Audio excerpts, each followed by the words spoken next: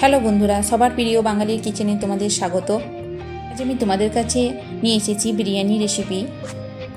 হাতের কাছে সামান্য কিছু উপকরণ থাকলেই তোমরা এই বিরিয়ানিটাকে ঘরেতে খুব ভালোভাবে তৈরি করে নিতে পারবে।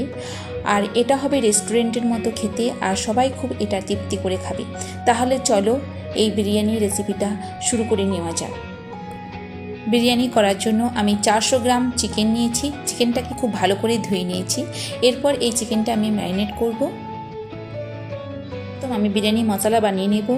2 চামচ পরিমাণ ধনিয়া নিয়েছি, 1 চামচ পরিমাণ জিরে নিয়েছি, কিছু দারচিনি নিয়েছি, কিছু লং নিয়েছি, 1 চামচ পরিমাণ নিয়েছি কালো মরিচ, 1 চামচ পরিমাণ নিয়েছি ফ্ল্যাক্স সিড, 1 চামচ পরিমাণ ড্রাই মেথি দিয়েছি, কিছুটা জয়িত্রী নিয়েছি, 2টো শুকনো লঙ্কা নিয়েছি, 1 চামচ পরিমাণ পোস্ত নিয়েছি, মেথি সিড নিয়েছি, হাফ চামচ পরিমাণ তেজপাতা নিয়েছি কিছু, আর কিছু এলাচ নিয়েছি, 1 চামচ পরিমাণ মৌরি নিয়েছি।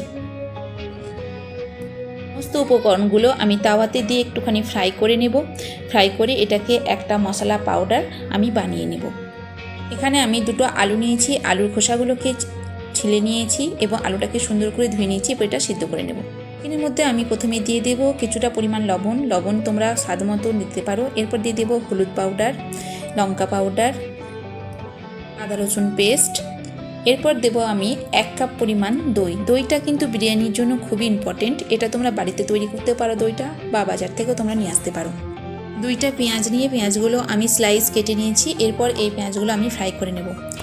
মশলাগুলো ফ্রাই করে নিয়ে গ্রাইন্ড জারের মধ্যে নিয়ে আমি মশলাগুলো পাউডার বানিয়ে ফেলেছি। এরপর এই মশলা পাউডারটা চিকেনের উপর দিয়ে দেব। আমি গ্যাসের উপর চাপিয়ে দিয়েছি একটা কড়াইয়ের মধ্যে আমি তেল দিয়ে দিয়েছি।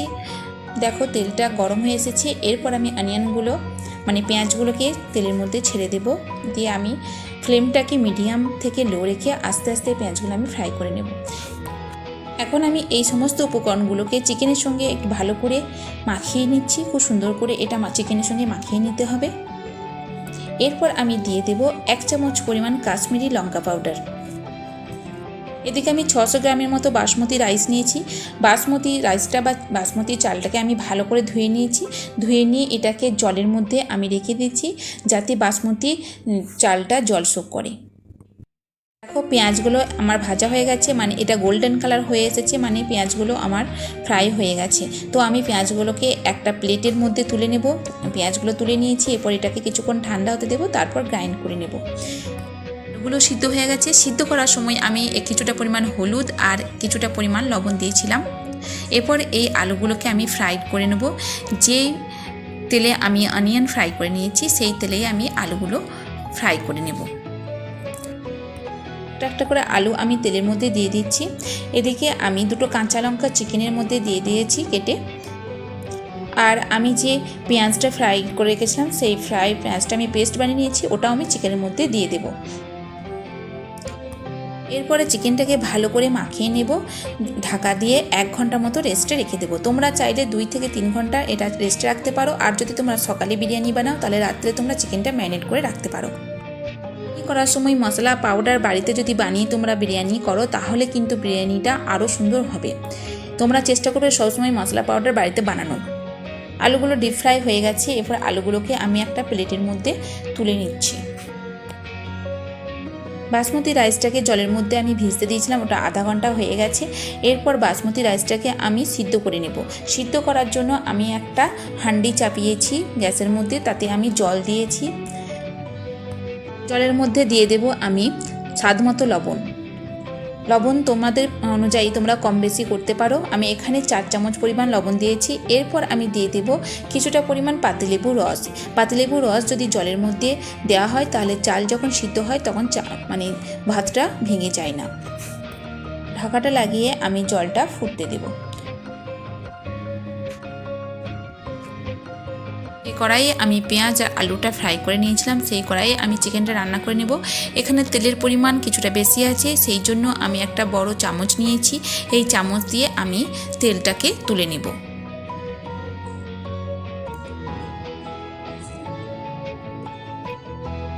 দেখো আমি চামচ নিয়েছি, এই চামচ দিয়ে আমি কিছুটা পরিমাণ তেল পাত্রে তুলে নেব।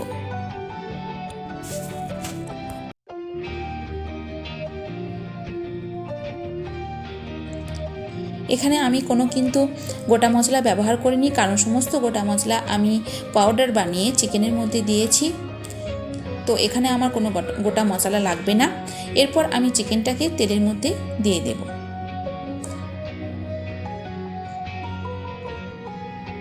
অল্প একটু জল দিয়ে আমি ভালো করে ধুয়ে চিকেনটার সঙ্গে মিক্সড করে দেব। এখানে আমি দেখো এরপর একটু পরিমাণ জল দিয়ে ধুয়ে আমি জলটা চিকেনেতে দিয়ে দেব। আমি এতটুকুই জল ব্যবহার করেছি, এর থেকে বেশি জল কিন্তু ব্যবহার তোমরা করবে না। এরপরে আমি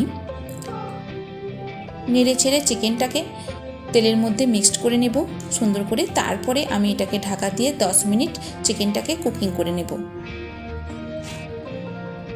এভাবে যদি ঘরোয়া কিছু উপকরণ দিয়ে তোমরা বিরিয়ানি তৈরি করো, তাহলে দেখবে তোমরা রেস্টুরেন্টের মতোই একদম এগুলো বিরিয়ানি তৈরি হয়ে গেছে। 10 মিনিট হয়ে গেছে, ঢাকাটা খুলে আবার একবার চিকেনটাকে আমি নেড়ে দেবো। নেড়ে আবার ঢাকা দিয়ে দেব। তারপর আমি মিডিয়াম থেকে লো ফ্লেম রেখে 10 মিনিট আবার আমি কুক করে নেব।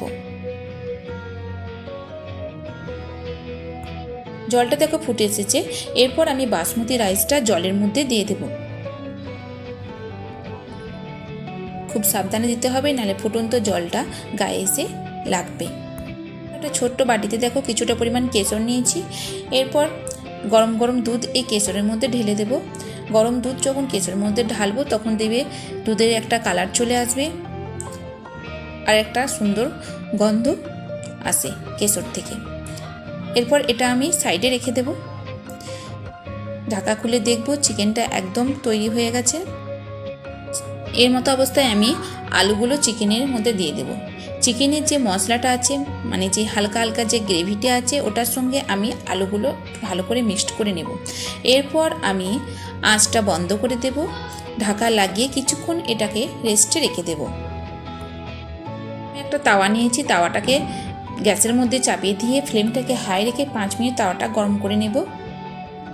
5 মিনিট হয়ে গেছে। এরপরে আমি যে চিকেনটা রান্না করে রেখেছিলাম কড়াইয়ের মধ্যে, সেই কড়াইটা এই তাওয়ার ওপর চাপিয়ে দেব। এদিকে আমার রাইসটাও তৈরি হয়ে গেছে। এরপর এই কড়াইয়ের মধ্যে মানে চিকেনের ওপর দিয়ে দেব আমি ধনিয়া পাতা, ফ্রাই করা পেঁয়াজ।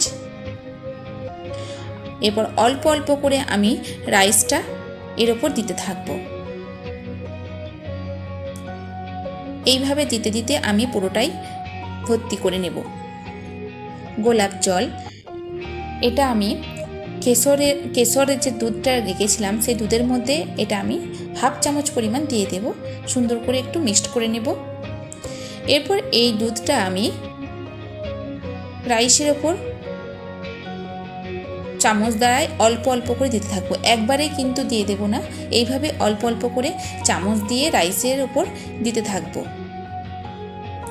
তো পুরো দুধ আমার দেওয়া হয়ে গেছে। এরপর আমি এর ওপরে দিয়ে দেব ধনিয়া পাতা, ফ্রাই করে রাখা পেঁয়াজ, আর সুন্দর একটা মানে স্মেল আসার জন্য আমি এর ওপর দিয়ে দেব ঘি। এই ঘি থেকে বিরিয়ানিতে একটা সুন্দর স্মেল আসে, তো এটা আমি এর ওপর দিয়ে দেব।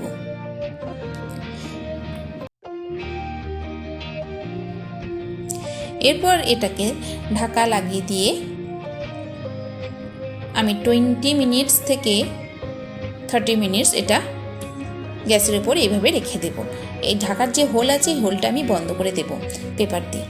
25 মিনিটস হয়ে গেছে, আমি এরপর ঢাকা খুলে দেখে নেব। দেখো ওয়াও কি সুন্দর এটা তৈরি হয়েছে।